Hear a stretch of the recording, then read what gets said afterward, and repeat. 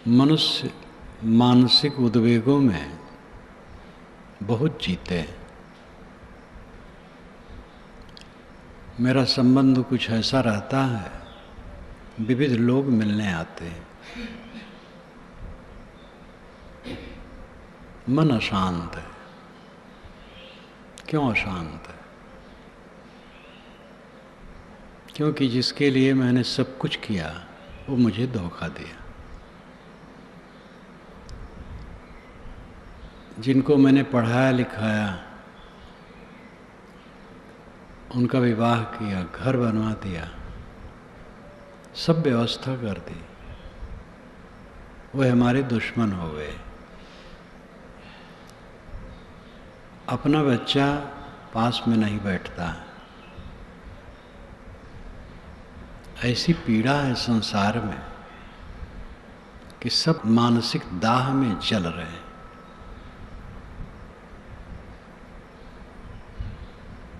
इस जलन की दवाई क्या है? कोई टाटी ऐसी नहीं है जो चारों तरफ बांध दो, फिर कोई ऑब्जेक्शन, कोई परेशानी बाहर से न आए। सत्कार तिरस्कार मनुष्य अपनी समझ के अनुसार करता रहता है। कोई आकर के ही खड़ा होकर हमें गाली देने लगे, उसका विचार है। मेरी वंदना करने लगे, उसका विचार है। उसको लेकर के अगर मैं पीड़ित होता हूँ तो ये पीड़ा कभी मिटने वाली नहीं।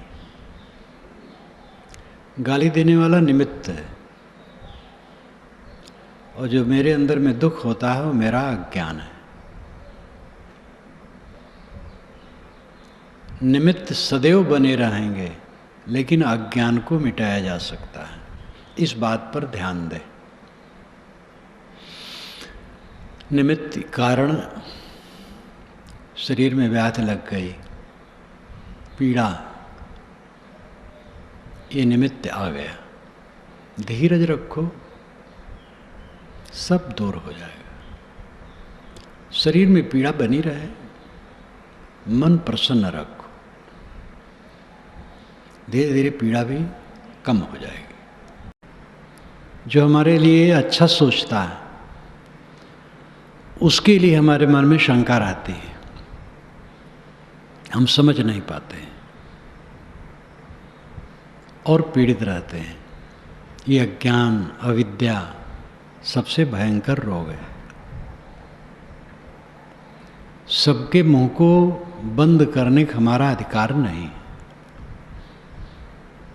लेकिन अपने अज्ञान को निकाल फेंकने का हमारा अधिकार है, और उसी से अमन चैन है।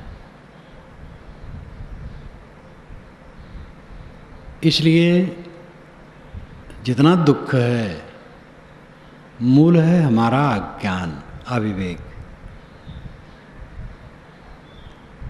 मुख्य अज्ञान है अपने को न जानना। दूसरा अज्ञान है जो अपना नहीं है उसमें अहंता ममता करना, और इसी से सारी शाखाएं पैदा होती हैं।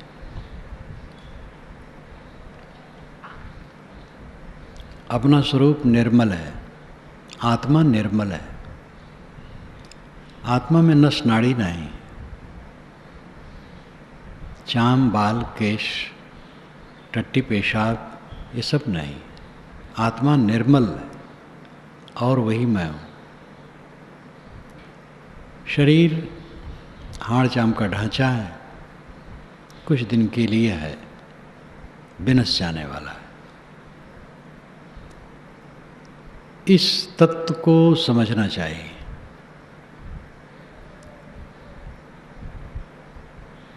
जो मेरा नहीं है उसमें हमारी अहंता ममता होगी तो मन कभी संताप से मुक्त नहीं होगा। भयंकर रोग है अहंता ममता। जिसके लिए हमारी ममता होती है, कुछ दिनों में उसकी पोल पट्टी खुलती है, तब लगता है कि मेरी ममता झूठी थी। सबसे बड़ी ममता शरीर में है, और शरीर अचानक जाता है, बताता भी नहीं अब जाऊंगा, इतने दिन में जाऊंगा, अचानक चला जाता है। और जीवन में अनेक घटनाएं घटती रहती हैं, जिस पर हमारा विश्वास होता है वो धोखा देता है, जिस पर हमारा मोह होता है वो धोखा देता है। जब कुछ लोग मुझसे कहते हैं कि साहब क्या करूं, जिनका मैंने हित किया वो हमारे दुश्मन हुए। बच्चे हैं, इनको पाल पोस रहा हूं। कितने बच्चे हैं लोग बताते हैं। तो मैंने कहा कमर कस करके इन बच्चों से जो विरोध आएगा उसको सहने के लिए तैयार हो जाओ। अभी तो मंजिल दूर है। बाहर के लोगों से आपने ऑब्जेक्शन पाया, विरोध पाया, अपमान पाया, तिरस्कार पाया और बहुत पीड़ित हैं।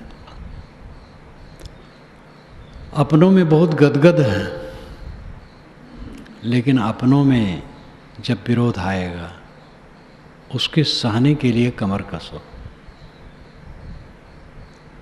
अभी बच्चे की बहू आएगी, बहू कैसी मिलेगी कुछ पता नहीं। बच्चे का भी मन कितना बदलेगा कोई नहीं जानता है।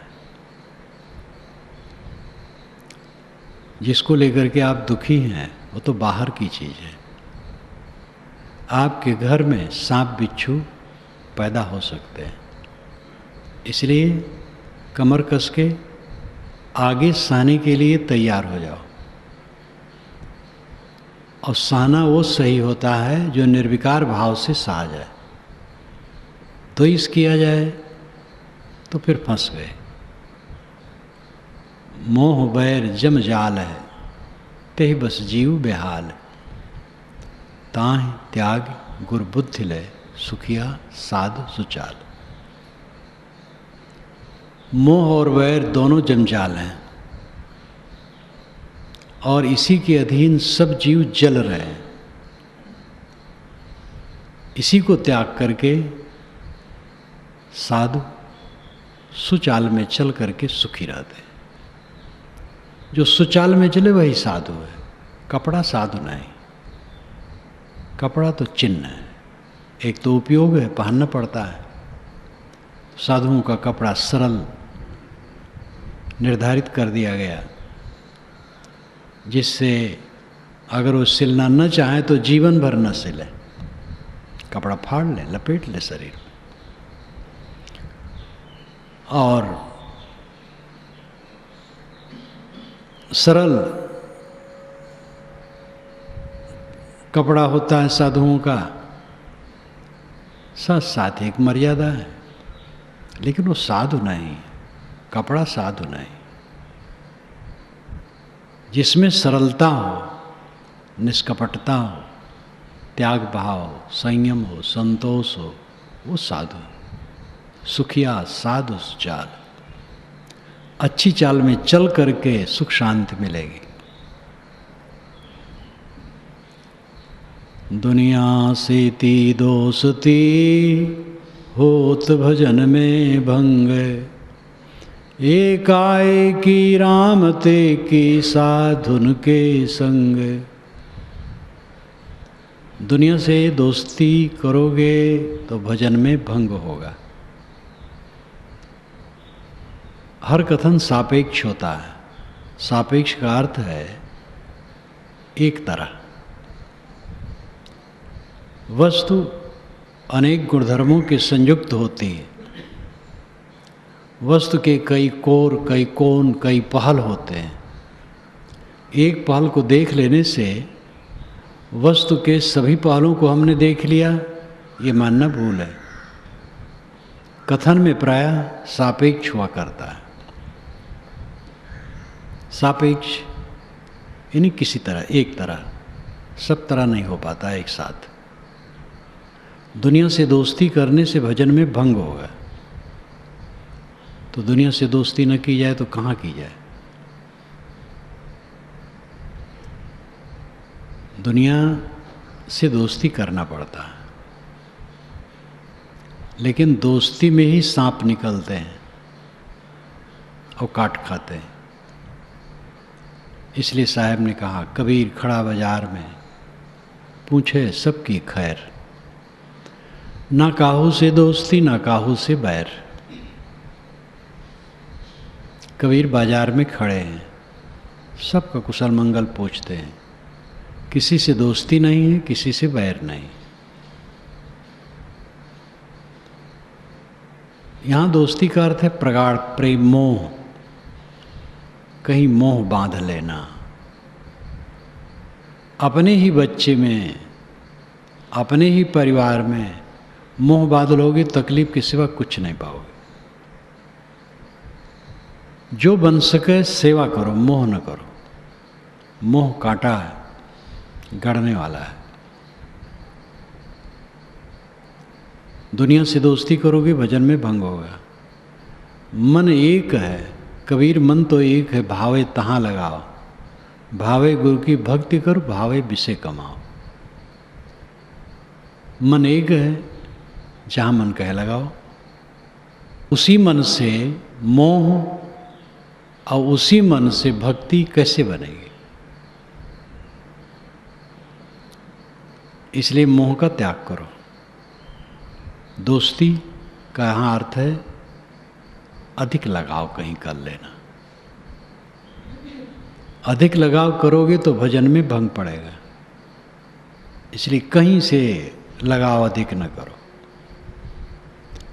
किस रहनी में रहो? एकाएकी राम तय कि साधुन के संग। एकाएक राम में लीन रहो या साधुओं की संगत करो। एकाएकी राम तय, राम अकेला है। राम आकर के दरवाजे पर पुकारता है, द्वारे तेरे राम जी मिलो कबीरा मोह। तय तो सब में मिल रहा, मैं न मिलूंगा तो। साहब कहते, तेरे दरवाजे पर राम खड़े हैं और पुकार रहे हैं कि ऐ कबीर आके मिल लो, ऐ लोगों आके मिल लो। तो लोगों ने कहा, महाराज दरवाजे पर आ गए तो जरा अंदर आ जाइए। वो घर वाला अंदर से निकल के दरवाजे तक नहीं आना चाहता है। राम से कहता है, महाराज आ गए, पता नहीं कितनी दूर से आए, साकेत लोक से आए हैं कि किस लोक से आए हैं। जब इतनी दूर से आए तो जरा 2 कदम और अंदर आ जाइए। तो राम ने कहा, तय तो सब में मिल रहा, मैं न मिलूंगा तो। तू तो सब में मिला हुआ है, सब में मोह ममतम फंसा है, मैं तेरे से नहीं मिलूंगा। इतनी दूर आ गया हो तो इतनी दूर नहीं आ सकता है। मैं 1000 कोस से आ गया और तू 4 गज से नहीं आ सकता है, तो मैं क्या तेरी आशा करूं? तो राम लौट गए। ये अलंकारों का कथन है। आपके दरवाजे पर राम खड़े हैं और आप आंख नहीं खोल रहे हैं। सब में मिल रहे हैं, राम को छोड़ दिए। सबसे मोह, राम से लापरवाह। ये राम आत्मा है, स्वस्वरूप ही राम है। लेकिन जब हमारा मन सब में मिला रहेगा तो राम में कैसे ठहरेगा? छूटने वाली वस्तुओं में जो मोह करता है, स्थिर वस्तु में कैसे स्थित हो सकता है? जो निश्चित को छोड़ता है और अनिश्चित को पकड़ता है, वो दोनों तरफ से जाता है। क्योंकि निश्चित को तो स्वयं छोड़ दिया और अनिश्चित छुटा छुटाया है।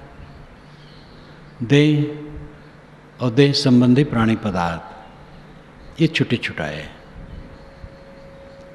और राम को हमने स्वयं छोड़ दिया। तो दोनों दिन से गए पाड़े, हलुए हुए न माड़े। न खुदा ही मिले न विशाली सनम। इसलिए स्थिर वस्तु में हमें प्रेम करना चाहिए। राम एकाएकी है, अकेला राम है, सुस्वरूप, आत्म अस्तित्व ही राम है, स्वरूप ही राम है, आत्मा ही राम है। अपने मन को समेट लो, राम में डूब जाओ। यथा यथा प्रत्यगवस्थितम मन तथा तथा मुंचित वाह वासना निशेष मोक्षे सति वासनानाम आत्मानुभूति प्रतिबंध शून्य। ये स्वामी शंकराचार्य का वचन है, विवेक चूड़ामणि का। यथा यथा जैसे जैसे प्रत्येक अवस्थितम मन, प्रत्येक भीतर मन अवस्थित होगा, जैसे जैसे मन सिमटता जाएगा अंदर, तथा तथा वैसे वैसे मुंचित बाह्य वासना, बाहर की वासनाएं छूटती जाएंगी। जितना मन समाहित होगा, बाहर की रस्सियां कटती जाएंगी। यथा यथा प्रत्यगवस्थितम मन, संधि में प्रत्यगवस्थितम है, विच्छेद में प्रत्यक अवस्थितम, प्रत्यक भीतर, अवस्थितम ठहर जाना। जैसे जैसे मन अंतर्मुख होगा, तथा तथा मुंचित वाह्य वासना, वैसे वैसे बाहर की वासनाएं कटती चली जाएंगी। निशेष मोक्षी सति वासना नाम, निशेष का मतलब होता है संपूर्ण, जिसमें कुछ शेष न हो, बचा न हो। निशेष मोक्षी सति वासना नाम, सारी वासनाओं का क्षय हो जाने पर आत्मानुभूति प्रतिबंध शून्य। आत्मा अनुभव करेगा कि मैं प्रतिबंध शून्य हो गया हूँ, मेरा कोई बंधन नहीं। मुक्ति के विषय में दूसरा प्रमाण देगा तब मैं मुक्त होऊंगा। कोई दस्तखत करेगा कि ये मुक्त है तब मैं मुक्त होऊंगा। ये अनुभव की चीज़ है, स्वसंवेद्य। और सब लोग कहें आप जीवन मुक्त हो, हमारा मन कहीं बंधा है, क्या मतलब होता है? इसलिए आत्मानुभूति प्रतिबंध शून्य, सारी वासनाएं क्षीण हो गई, मन सुबस हो गया, अंतर्मुख हो गया, तो आत्मानुभूति प्रतिबंध शून्य। आत्मा स्वयं अनुभव करता है मैं प्रतिबंध शून्य हो गया। कृतार्थ आत्मा हर समय अपने को देखता, मैं सब तरफ से छुटा हूं, कोई वस्तु ऐसी नहीं है जो मुझे बांध सके। सब सड़ा गला, सबसे बड़ा निकट का माना हुआ शरीर जो एकदम दुखों से भरा, टट्टी की पोटली, अनात्म, अनित्य, अशुद्ध, असुख, दुख से भरा हुआ, यही जब ऐसा घृणित है, ऐसा दुखदाई है, ऐसा नश्वर है, अनात्म है, तो इसे संबंध वाले पदार्थ का क्या मतलब है? वो सब समय अपने को देखता, मैं चारों तरफ से छुटा हूं। शरीर जहां गिर जाए कुछ न मेरी हानि है न लाभ है। आत्मानुभूति प्रतिबंध शून्य, प्रतिबंध शून्य आत्मा की अनुभूति होती है। यथा यथा प्रत्यगवस्थितम मन तथा तथा मुंचित वाह्य वासना निशेष मोक्षे सति वासना नाम आत्मानुभूति प्रतिबंध शून्य। राम स्वस्वरूप है, जो स्वस्वरूप में लीन है, फिर क्या पूछना, मंजिल को पा गया। दूसरी अवस्था में साधुन की संग, साधुन की संगत करो। जिस कपड़े में हो, जो निर्मल है, कुटिल नहीं है, अहिंसक है, किसी को भी पीड़ा नहीं देना चाहते, अपने विरोधी को भी पीड़ा नहीं देना चाहते, किसी का अपमान नहीं करते, किसी को दुख नहीं देते, और विवेक वैराग संपन्न है, अनासक्त है, आत्मसंतुष्ट है। ऐसे लक्षण का कोई भी हो, किसी कपड़े में हो, किसी आश्रम में हो, उसके पास बैठोगे तो कुछ मिलेगा। मुझे बचपन की याद है, ऐसे बूढ़े लोग मेरे मित्र होते थे। जवान मित्र मेरे बहुत कम होते थे, बूढ़े मित्र होते थे। अभी भी नाम याद है, मानिक काका, जामवंत काका। काका मैं कहता था। उनकी उम्र 70-75, मेरी उम्र 10-12 बरस, और उन्हीं के पास बैठता था। अच्छे लोग गृहस्थों में भी होते, खुराफाती वेशधारियों में भी होते, इसलिए वेश का महत्व नहीं है। जो साधु हो, सरल हो, पवित्र हो, ऐसे की संगत करो। दुनिया के धोखे मुआ, चला कुटुंब की कहानी, तब कुल की क्या लाज है, जब ले धरा मसानी। दुनिया के धोखे में मर गया पच पच करके, ये कर रहा हूँ, वो कर रहा हूँ, ये प्रबंध, वो प्रबंध, वो प्रबंध। अपना प्रबंध ही नहीं किया, अपने आत्मा को भवबंधनों छुड़ाने के लिए काम ही नहीं किया। बस दुनिया के प्रबंध में अपना नरक बना लिया। दुनिया के धोखे मुआ, चला कुटुंब की कहानी, कुटुंब की मर्यादा में डूब गया। ऐसे हमें मिले लोग, आप जिसकी संगत करते हैं जरा ठीक नहीं है, पता नहीं किस जात पात के लोग हैं। साधु होने के बाद भी ऐसे कहने वाले थे, अरे वो तो स्वयं बड़े थे लेकिन छोटे में चले गए। अब ऐसे भोले भाले लोगों की बातों में जो पड़ेगा, वो ज्ञान भक्ति वैराग के पथ पर चल पाएगा। ध्रुव प्रहलाद की कहानी क्यों लिखी गई है? इसलिए लिखी गई है कि अटको न कहीं, ये कुल की मर्यादा महारोग है जो पूरा का पूरा झूठा है। कुटुंब की कहानी में लोग चले, साधुओं के पास बैठते हो, अरे साधुओं के पास छोटी छोटी जात वाले, उनके पास बैठते हो। बड़ी जात वालों के पास बैठना चाहिए। रावण के पास, क्योंकि वो ब्राह्मण था। रावण बेचारा बहुत दोषी नहीं है, पीछे बहुत दोषी बनाया गया है। साहब कहते हैं तब कुल की लज्जा क्या रहेगी जब तुम्हारी लाश को लोग शमशान में ले जाकर के रख देंगे। ये तो आने वाला है दिन, जब ले धरा मसान, वहां तो सब बराबर। कुल खोए कुल उबरे, कुल राखे कुल जाए, राम ने कुल कुल भेटिया, सब कुल गया बिलाए। कुल खोए कुल उबरे, कुल कुटुंब जात पात का अहंकार ममकार प्रपंच छोड़ दो तो कुल उबरे, संपूर्ण प्रकार से आपका उद्धार हो जाएगा।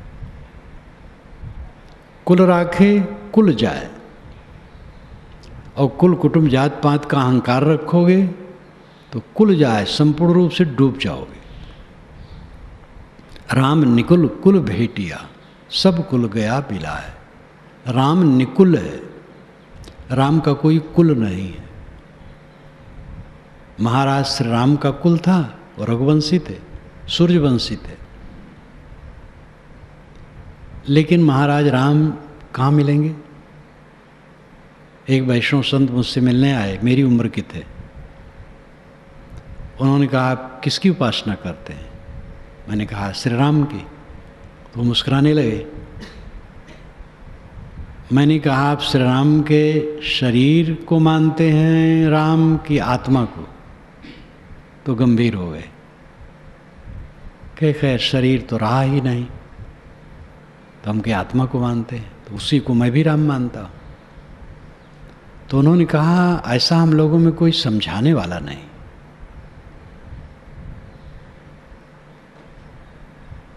जिस राम को सदगुरु कबीर कहते हैं उस राम का कुल नहीं होता है, वो आत्मा है। रमन्ते योगिनो यस्मिन् नितरामा, पंडितों ने भी ये कहा, रमन्ते योगिनो, रमन्ते योगिना अस्मिन् इति रामा।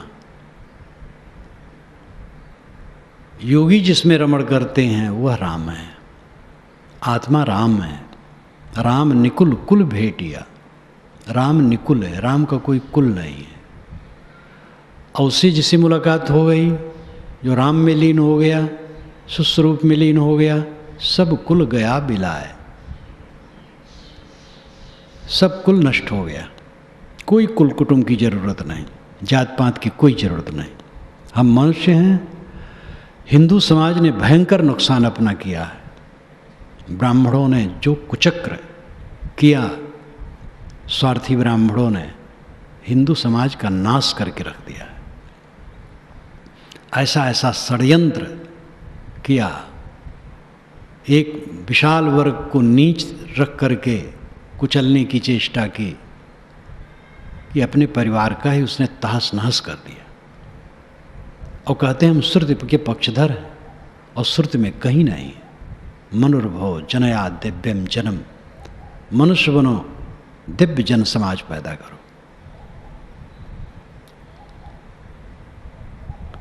कुलकर्णी के कारणे हंसा गया बिगोए, तब कुल का कोलाज हैं चारि पांव का होए। कुल करने के कारण ये हंस खो गया। साहब कहते तब तुम्हारे कुल की क्या लज्जा रह जाएगी जब तुम 4 पैर के जानवर बनोगे। कोई कह सकता है कि मेरे परिवार में 7 पीढ़ी 10 पीढ़ी में दूसरे का रक्त नहीं आया है? किसी का दावा हो सकता है? कोई खुद ये कैसे जान सकता है कि जो मेरा पिता प्रसिद्ध है उसी का मैं हूं कि दूसरे को? कौन कह सकता है? ये तो मां जाने। भिन्न भिन्न जन्मों में क्या हम ब्राह्मण घर में ही जन्मे हैं, दूसरे घर में नहीं जन्मे हैं? किस चीज का अहंकार है? कुलकर्णी के कारणे ढिग ही रही गो राम, तब कुल का कोलाज हैं जब जम की धूमाधाम। कुलकर्णी के कारण राम ढिग ही रह गया और मुलाकात न हुई। पास में ही राम, लेकिन जाति वर्ण आश्रम का घमंड और पर्दा, और राम से मुलाकात न हुई। ये सब कहने के तरीके हैं। आत्मा राम है, ढिग ही स्वस्वरूप ही है, लेकिन बाहरी तामझाम में उलझे रहे, बाहरी चीज़ों की मोह ममता में उलझे रहे और स्वरूप का परिचय नहीं हुआ। अपनी हकीकत का हमें पता न लगा। हमें अपने आप पर ध्यान देने की आवश्यकता है। जितना संबंध है सब हवा के झोंके की तरह है, कुछ रहने वाला नहीं। सारा संबंध क्षणिक है, सारी वार्ताएं क्षणिक हैं। जो वार्ता करो खत्म, जो संबंध हुआ खत्म, कल की बात आज खत्म, 10 दिन के पूर्व की बात खत्म, महीना भर के पूर्व की बात खत्म, एकदम सुबह की बात अभी खत्म। सब तो भागा जा रहा है, कहाँ मन लगाओगे? लेकिन आत्मा से आत्मा कभी अलग नहीं होता है। मैं कल भी था, परसों भी था, 10 वर्ष पूर्व भी था, और इसी प्रकार आप समझ सकते शरीर के पूर्व भी था और शरीर के न रहने पर भी रहेगा। मैं से मैं कभी अलग नहीं होता, आत्मा से आत्मा अलग नहीं होता है। इसलिए कुल जाति वर्ण आश्रम, आश्रम का घमंड, हम साधु आश्रम में हैं, बिल्कुल गलत है। सेवा की जगह सेवा करो। गुरु ने साधु वेश दे दिया है, मृत चिन्ह, इसलिए तुम याद रखो संसार से मर गए हो। घमंड करने के लिए नहीं, पूजवाने के लिए नहीं, विनयी रहो, सबसे विनयी रहो। आत्मा के कल्याण के लिए चारों तरफ से निर्माण निष्काम हो जाओ और अपने स्वरूप को पहचानो। ये आत्मा ही राम है और इसका बोध जिसे मिला और इसमें जो स्थित हुआ उसी को विश्राम है।